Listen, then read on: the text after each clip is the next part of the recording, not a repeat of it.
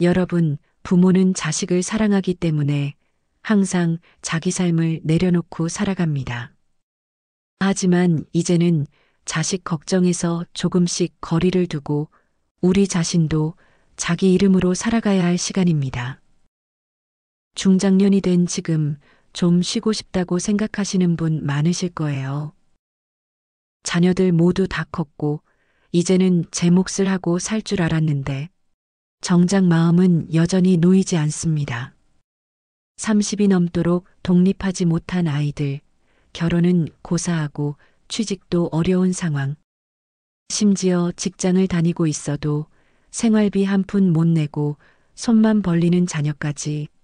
그렇게 자식 걱정은 아이 때보다 어른이 된 지금이 더 깊고 더 복잡해졌습니다.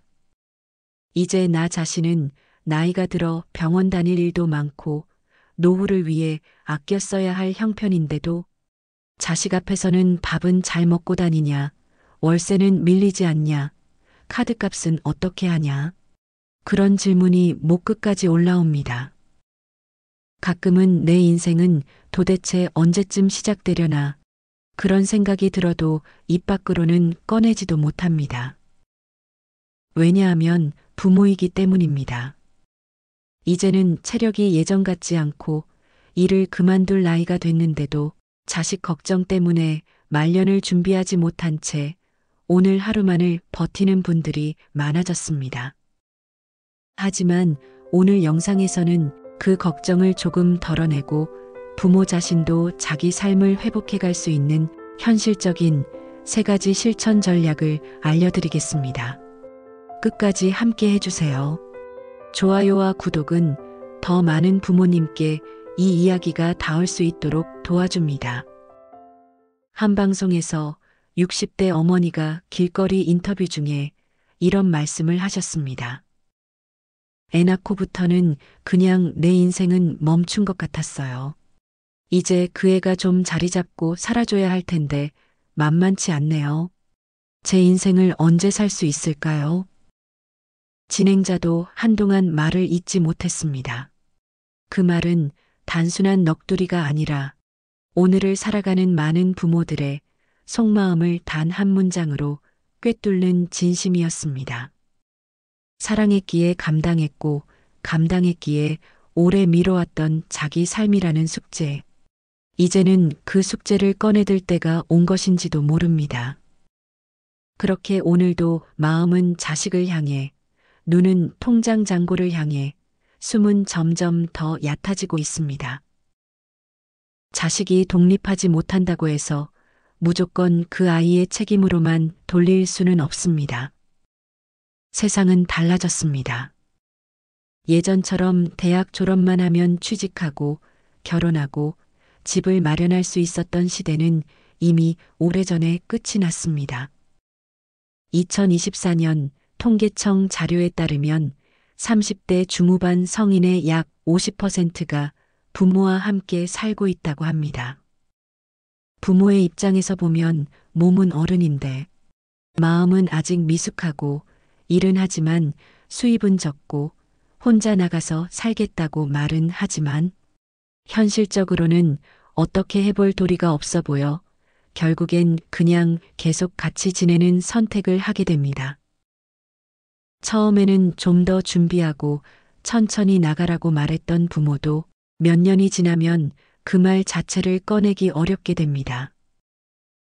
왜냐하면 말하는 순간 자식이 상처를 받고 자존감이 무너지고 심지어 부모 자식 사이에 균열이 생기기 때문입니다.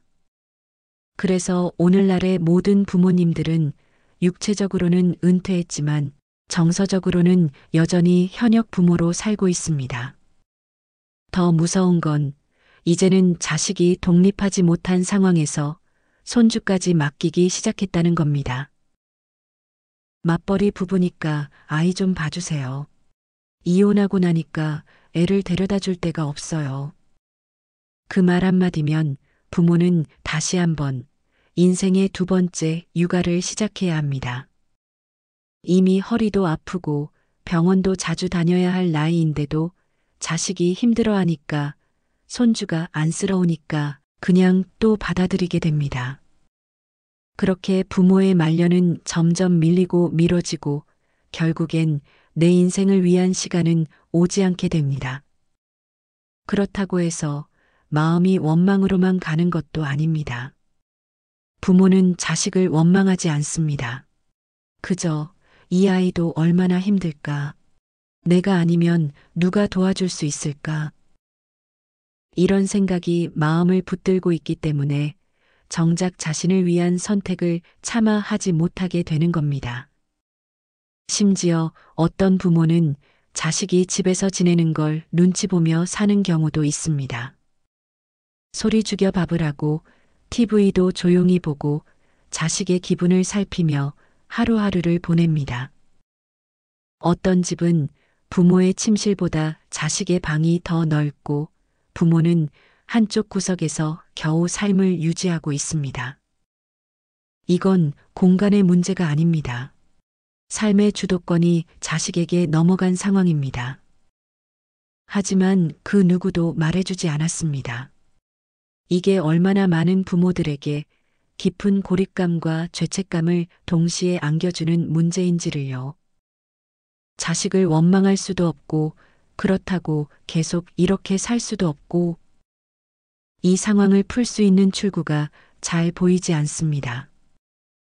그래서 오늘날의 부모는 경제적으로는 퇴직했지만 심리적으로는 여전히 가족의 등뼈 역할을 내려놓지 못한 채 조용히 버티고 있는 것입니다. 부모는 자식을 놓지 못합니다. 놓고 싶지 않아서가 아니라 놓는다는 게 너무 무서워서입니다. 자식을 떨어뜨려 놓는다는 건 그 아이를 위험 속에 두는 일 같고 내 손을 떠나는 순간 무너져 버릴 것 같아서 차마 거리를 둘 수가 없습니다. 어떤 분들은 말합니다. 나는 정말 어렵게 컸어요. 아무도 도와주지 않았고 집도 못 받고 정말 숟가락 하나 들고 시작했죠. 그래서 우리 애는 그렇게 살게 하고 싶지 않아요. 반면 어떤 분들은 또 이렇게 말씀하시기도 합니다. 나는 부모님한테 도움을 많이 받았어요.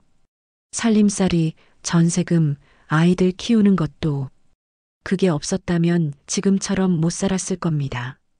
그래서 저도 자식에게 되갚는다고 생각해요. 두 경우 다 기준은 다르지만 바탕에 깔린 마음은 같습니다. 내 아이는 나보다 조금 더 나은 삶을 살았으면 한다는 것. 그건 자식에 대한 책임감이기도 하고 사랑이기도 하고 동시에 깊은 죄책감이기도 합니다. 내가 뭔가 부족하게 키운 건 아닐까? 내가 너무 도와줬나? 도움이 아니라 방해였던 건 아닐까? 수많은 생각이 오가지만 결국 입을 닫게 되는 건 말하면 자식이 상처받을까 봐서입니다. 그래서 자식 앞에서는 아무 말도 못하고 돌아서서 혼자서만 울고 계신 분들도 많습니다. 그게 바로 부모입니다. 단지 문제는 그 뒷바라지와 도움의 끝이 보이지 않을 때입니다. 도움이 계속되면 감사는 당연함이 되고 당연함은 의존으로 바뀝니다. 가장 슬픈 건 그런 부모님의 모습을 자식이 잘 모른다는 사실입니다. 자식은 이렇게 생각할 수 있습니다. 우리 엄마 아빠는 강하다.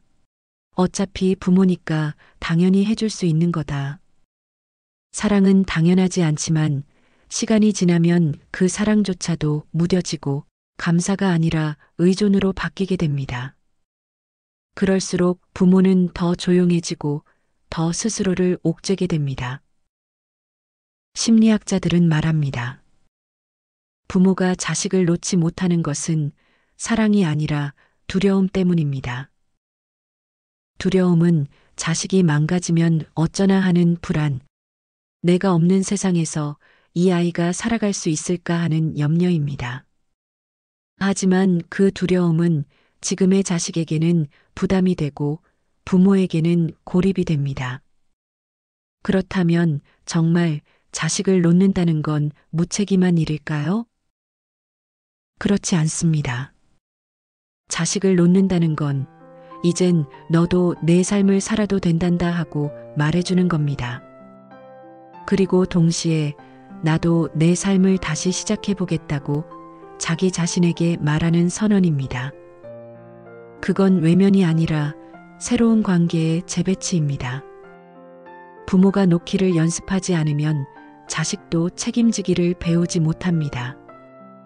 그건 가족 모두의 불균형을 만드는 구조입니다. 어느새 부모는 자식 인생의 보증인이 되어 있고 자식은 책임을 늦게 배운 채 시간만 흘려보냅니다. 그 사이 부모의 시간은 줄어듭니다. 건강도, 기력도, 돈도 모든 자원이 점점 소진되기 시작합니다.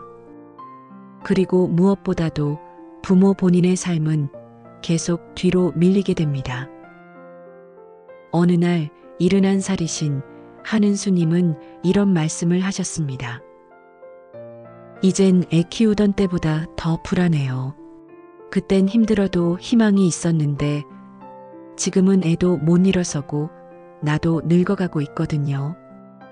그 말에 고개를 끄덕인 부모들이 많았습니다.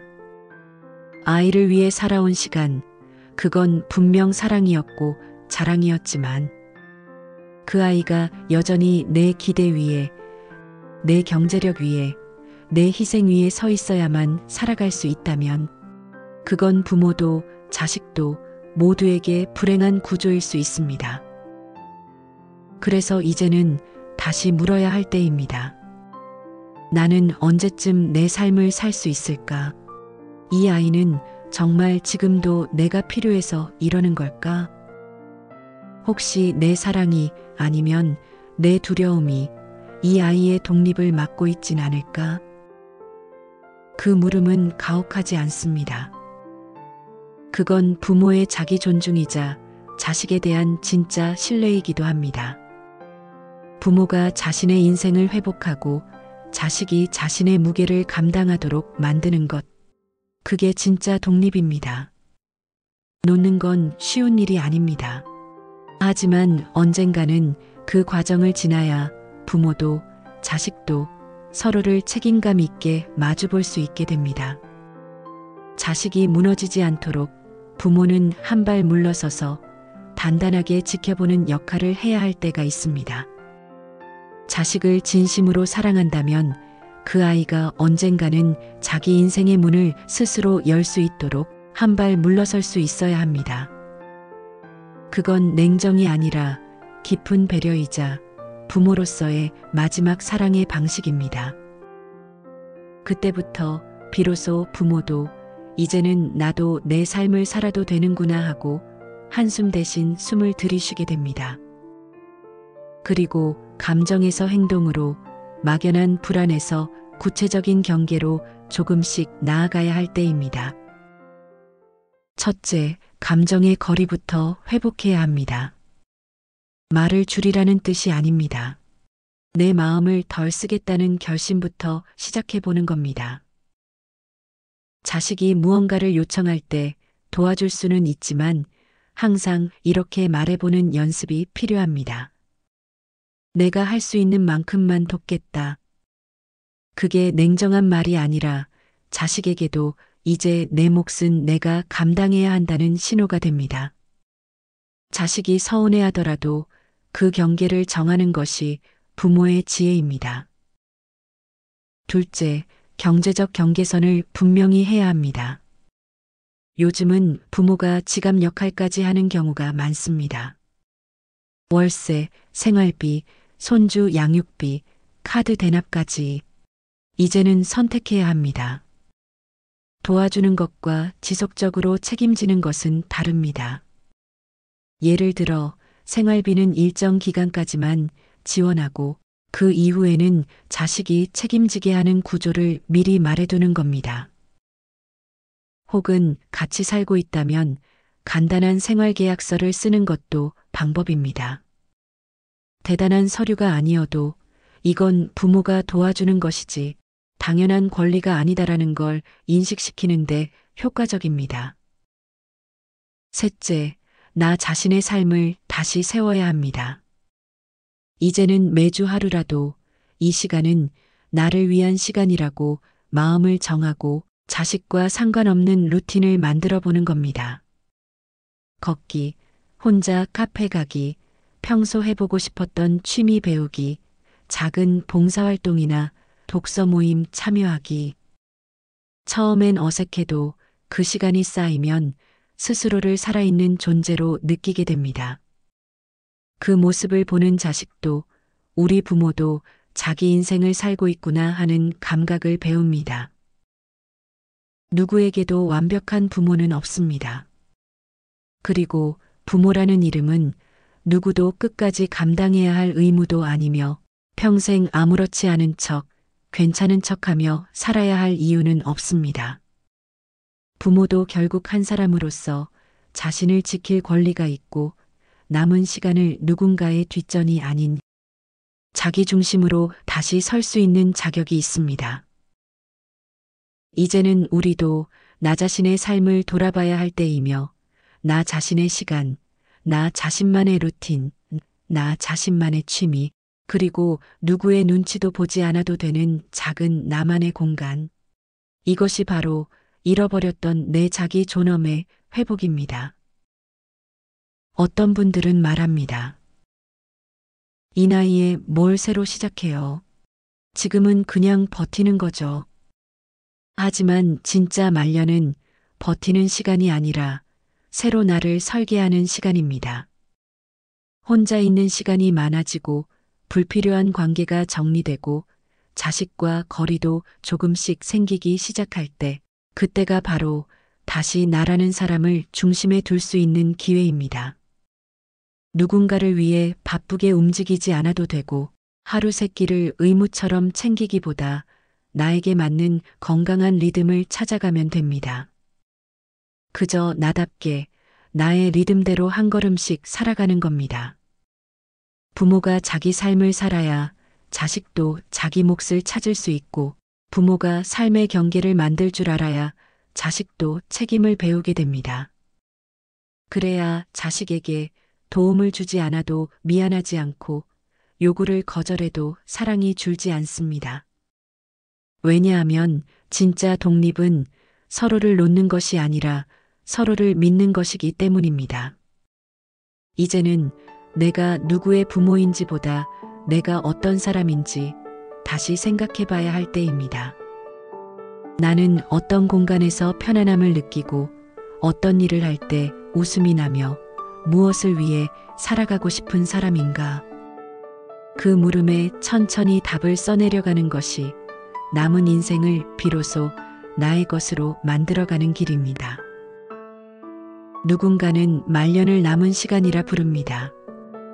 하지만 어떤 사람은 말년을 다시 시작되는 시간이라 부릅니다. 당신의 말년이 그 두 번째 사람이 되기를 바랍니다. 지금부터는 누구의 엄마도 아빠도 아닌 그저 당신으로서의 하루를 살아보셔도 좋습니다. 여기까지 함께 해주셔서 진심으로 감사드립니다. 다음 영상에서는 또 다른 삶의 지혜와 따뜻한 이야기로 인사드리겠습니다. 좋아요와 구독, 알림 설정도 함께 해주시면 큰 힘이 됩니다. 우리 모두 조금 덜 걱정하고 조금 더 나답게 살아가는 멋진 노후를 함께 만들어가길 바랍니다.